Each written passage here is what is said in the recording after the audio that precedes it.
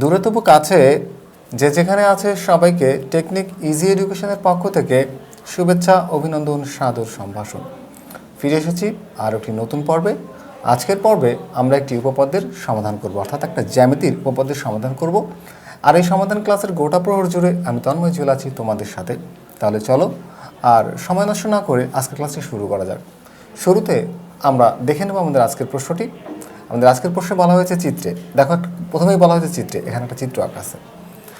ABC ত্রিভুজের A B C একটা ত্রিভুজ যার বি কোণটা সমান এক সমকোণ এবং ডি, দেখো এই ডি, এখানে ডি বিন্দুটা এসি বাহুর, অর্থাৎ ডি বিন্দু অতিভুজ এসি এর মধ্যবিন্দু। প্রমাণ করতে হবে যে BD equals to half A C. তো প্রশ্নে আমাদের সকল তথ্য দেয়া ছিল, যেহেতু চিত্রটাও দেয়া ছিল আমরা চিত্রটা এঁকে নিয়েছি। এই হচ্ছে আমার চিত্র।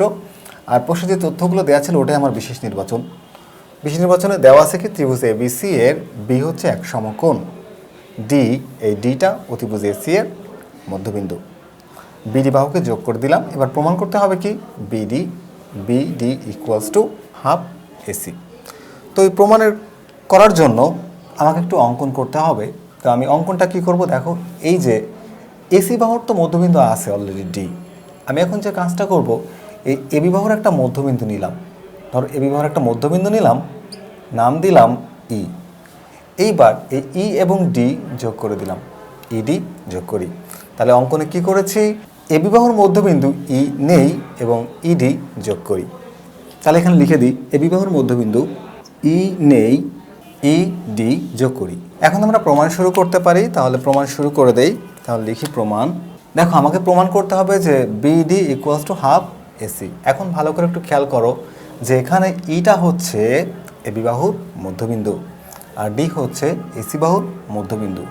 যদি ই এবি বাহুর মধ্যবিন্দু এবং ডি এসি বাহুর মধ্যবিন্দু হয়, তাহলে দেখো লেখা যায় যে ইডি সমান্তরাল বিসি। কারণ কি, আমরা জানি ত্রিভুজের যে কোনো দুইটি বাহুর মধ্যবিন্দুর সংযোগ সরলরেখা ত্রিভুজের তৃতীয় বাহুর সমান্তরাল। তাহলে আমি এখন লিখে দিই যে এবি বাহুর মধ্যবিন্দু হচ্ছে ই, এবি এবং এসি বাহুর মধ্যবিন্দু যথাক্রমে ই এবং ডি।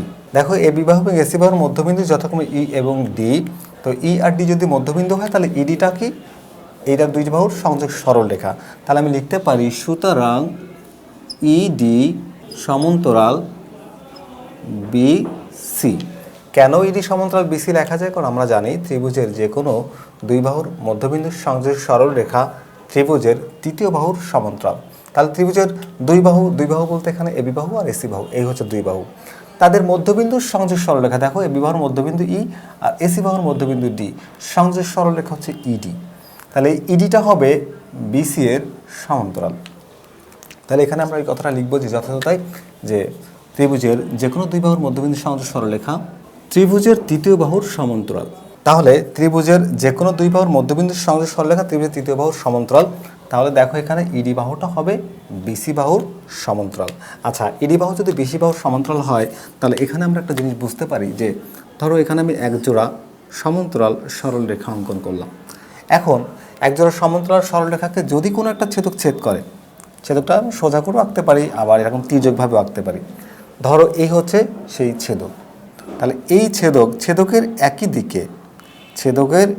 দিকে মানে একই পাশে, ছেদকের একই পাশে এবং সমান্তরাল সরলরেখার একই দিকে, দেখো এইটাও এদিকে কোনটাও এদিকে, মানে ডিরেকশনটা একই দিকে। তাহলে ছেদকের একই পার্শ্বে এবং সমান্তরাল সরলরেখার একই দিকে যে কোণ উৎপন্ন হয় তাকে বলা হয় অনুরূপ কোণ। আর আমরা জানি যে অনুরূপ কোণগুলো পরস্পর সমান। যদি অনুরূপ কোণগুলো পরস্পর সমান হয়, তাহলে দেখো এখানে যে কোণটা উৎপন্ন হবে আর এখানে যে কোণটা উৎপন্ন হবে, এই কোণগুলো কিন্তু সমান হবে। তাহলে আমি লিখতে পারি সুতরাং কোণ AED সমান কোণ EBC। কেন সমান? কারণ এরা হচ্ছে অনুরূপ কোণ। অনুরূপ কোণের শর্তে এরা সমান। তাহলে এখানে পাশে লিখে দিতে পারি যে অনুরূপ কোণ, এই শর্তে হচ্ছে এরা সমান, অনুরূপ কোণ। সেই জন্য কোণ AED সমান কোণ EBC, কোণ EBC। এখন দেখো প্রশ্নে আমার বলা হয়েছে কি এই বি কোণটা কিন্তু সমকোণ। যদি বি কোণটা সমকোণ হয় তাহলে কিন্তু ই কোণটাও সমকোণ হবে। এখন দেখো প্রমাণের যে আমরা যে প্রমাণটা করব, প্রমাণটা মূলত দুইটা ধাপে প্রমাণ করব। এটা ছিল আমাদের প্রথম ধাপ। তো প্রথম ধাপটা মোটামুটি সম্পন্ন হলো। এখন আমরা দ্বিতীয় ধাপে যাব। তো প্রথম ধাপে আমরা যেটা দেখালাম যে এই কোণটা সমান হচ্ছে আমাদের এই কোণটা, অর্থাৎ কোণ ই সমান কোণ বি দেখাতে পেরেছি, কোণ ই সমান কোণ বি। এখন আমরা চলে যাই প্রমাণের দ্বিতীয় ধাপে। তো দ্বিতীয় ধাপে আমরা প্রমাণ করার চেষ্টা করব, চলো প্রমাণ করি। ধাপ 2।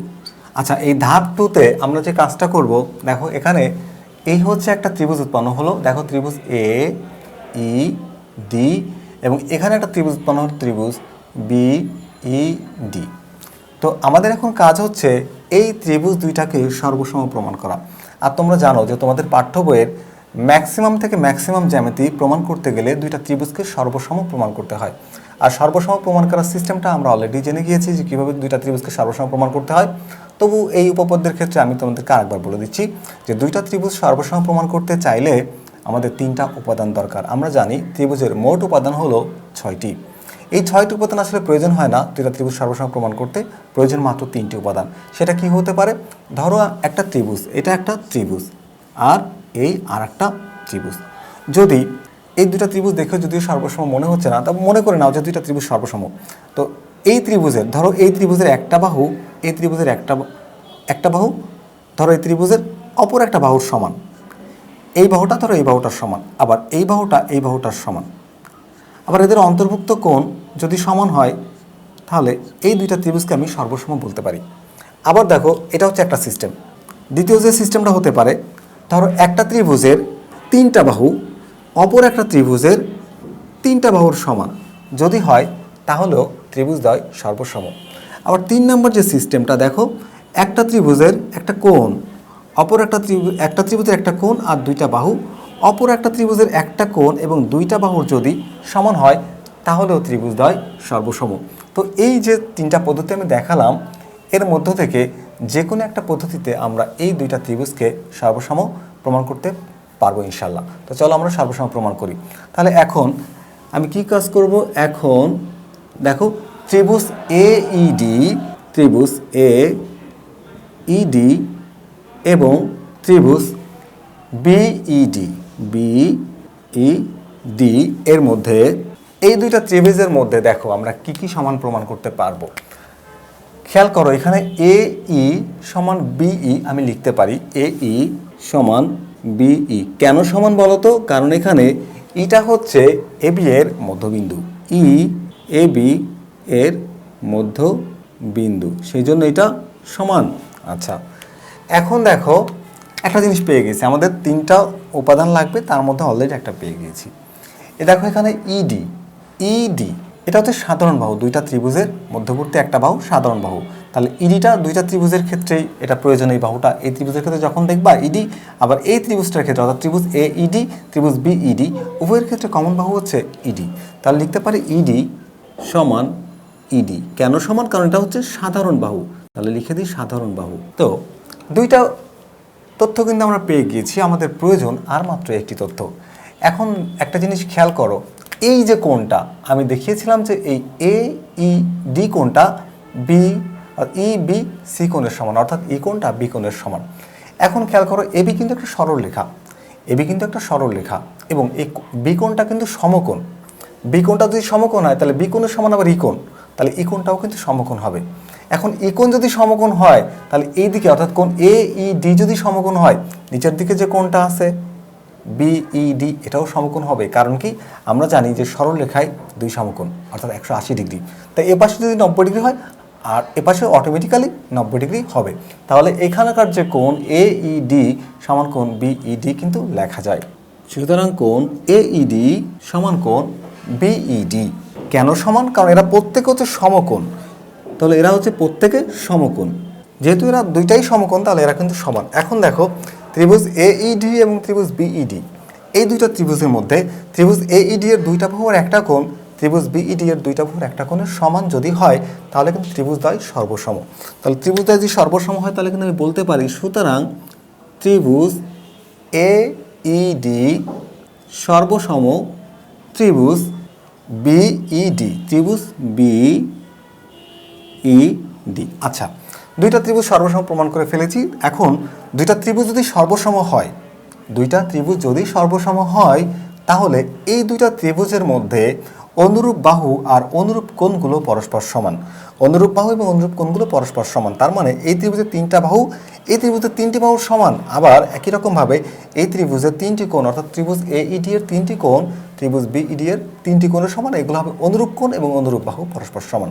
তাহলে এদের যে অনুরূপ বাহুগুলো সমান, দেখো তাহলে এই যে AD এর অনুরূপ বাহু হচ্ছে BD, তাহলে কিন্তু আমি AD সমান BD লিখতে পারি না? হ্যাঁ, অবশ্যই লিখতে পারি। সুতরাং AD বাহু সমান BD বাহু লেখা যায়। সুতরাং AD সমান হচ্ছে BD। কিন্তু এখন খেয়াল করো যে এই ADটা কার মধ্যবিন্দু? ADটা হচ্ছে AC এর মধ্যবিন্দু, কিন্তু এটা হচ্ছে আমার ধাপ 3। কিন্তু AD equals to half AC। কেন বলো তো? কারণ হচ্ছে ডিটা হচ্ছে AC এর মধ্যবিন্দু, ডি AC এর মধ্যবিন্দু। তো মধ্যবিন্দু সেই শর্তে কিন্তু এই AD সমান কি হবে? Half AC। এখন দেখো এখানে আমরা কি বের করেছি? এখানে বের করছি AD equals to BD। AD equals to কি বের করছি? BD।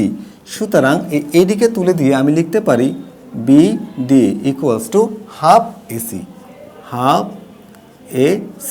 আমাকে কি প্রমাণ করতে বলেছিল? দেখো প্রমাণ করতে বলা হয়েছিল যে BD equals to half AC, এবং আমি তা প্রমাণ করে দিয়েছি। এখন লিখতে পারি প্রমাণিত। তো চলো পুরো বিষয়টি আমরা সংক্ষেপে আরেকবার বুঝে নেই। আমাদের প্রশ্নে দেওয়া ছিল চিত্রে ABC ত্রিভুজের B কোণ সমকোণ এবং D হচ্ছে অতিভুজ AC এর মধ্যবিন্দু। প্রমাণ করতে হবে যে BD equals to half AC।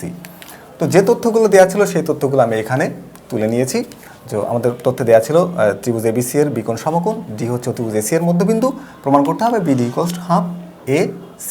আচ্ছা, অঙ্কন করলাম। এই AB বাহুর উপর একটা বিন্দু নিলাম হচ্ছে E। AB বাহুর উপর একটা বিন্দু এবং সেটা হচ্ছে মধ্যবিন্দু। AB বাহুর মধ্যবিন্দু E নেই, আর ED যোগ করি। এবার প্রমাণ করব। প্রমাণ দেখো, AB বাহুর মধ্যবিন্দু E এবং AC বাহুর মধ্যবিন্দু হচ্ছে D। তাহলে আমি লিখতে পারি যে AB এবং AC এর মধ্যবিন্দু যথাক্রমে E এবং D। E এবং D যদি হয় তাহলে ED সমান্তরাল BC, কারণ আমরা জানি যে ত্রিভুজের যে কোনো দুই বাহুর মধ্যবিন্দুর সংযোজক সরলরেখা ত্রিভুজের তৃতীয় বাহুর সমান্তরাল। তাহলে ত্রিভুজের যে কোনো দুই বাহু, এখানে AB বাহু আর AC বাহু হচ্ছে সেই যে কোনো দুই বাহু, তাদের যে মধ্যবিন্দু ED, এই যে সরলরেখা সংযোজক সরলরেখা, সেটা তৃতীয় বাহু BC তার সমান্তরাল। দেখো লিখেছি ED সমান্তরাল BC। আচ্ছা, ED সমান্তরাল BC যদি হয়, আমরা জানি যে সমান্তরাল সরলরেখায় ছেদকের যে অনুরূপ কোণ উৎপন্ন হয় তা হচ্ছে পরস্পর সমান। তাহলে দেখো এই যে এখানকার যে ছেদক, এখানে ED এবং BC সমান্তরাল হলে AB হচ্ছে তাদের ছেদক। তাহলে এখানে যে কোণ উৎপন্ন হলো কোণ AED সমান কোণ EBC, অনুরূপ কোণ সেই শর্তেরা সমান। ধাপ 2, এখন দুইটা ত্রিভুজ উৎপন্ন হলো, ত্রিভুজ AED এবং ত্রিভুজ BED। দুইটা ত্রিভুজকে সর্বসম প্রমাণ করব। তো AE সমান BE আমি লিখতে পারি, কারণ হচ্ছে E হচ্ছে AB এর মধ্যবিন্দু, তাই AE সমান BE লেখা যায়। আবার দেখো ED সমান ED কেন সমান? কারণ হচ্ছে এই EDটা হচ্ছে সাধারণ বাহু। এখানে B কোণের সমান ছিল হচ্ছে E কোণ, আর B কোণ যদি সমকোণ হয় তাহলে E কোণের সমকোণ হবে। অর্থাৎ E কোণ বলতে আমি AED কোণকে বোঝাচ্ছি। তাহলে AED কোণ এখানে EBC কোণের সমান হবে। এখন এই কোণটা তো 90 ডিগ্রি, তাহলে এই কোণটাও 90 ডিগ্রি হবে। যদি এই কোণটা 90 ডিগ্রি হয়, তার বিপরীত দিকে যে কোণটা আছে সেটা 90 ডিগ্রি হবে, কারণ এটা হচ্ছে সরলরেখা। কারণ সরলরেখা হয় দুই সমকোণ, এপাশে যদি এক সমকোণ থাকে এপাশে আছে আর এক সমকোণ। তাহলে লিখতে পারি কোণ AED ইকুয়ালস টু কোণ BED। কেন? কারণ প্রত্যেকে হচ্ছে সমকোণ। দেখো একটা ত্রিভুজের দুইটা বাহুর একটা কোণ অপর একটা ত্রিভুজের দুইটা বাহুর একটা কোণের সমান, তাহলে ত্রিভুজদ্বয় সর্বসম। সুতরাং AD সমান BD লেখা যায়, কারণ হচ্ছে AD অনুরূপ বাহু হচ্ছে BD। কারণ আমরা জানি দুইটা ত্রিভুজ সর্বসম হলে তাদের যে অনুরূপ বাহু এবং অনুরূপ কোণ পরস্পর সমান। এখন কিন্তু দেখো AD সমান হচ্ছে কি? AD সমান হচ্ছে হাফ AC, কারণ হচ্ছে AC এর মধ্যবিন্দু।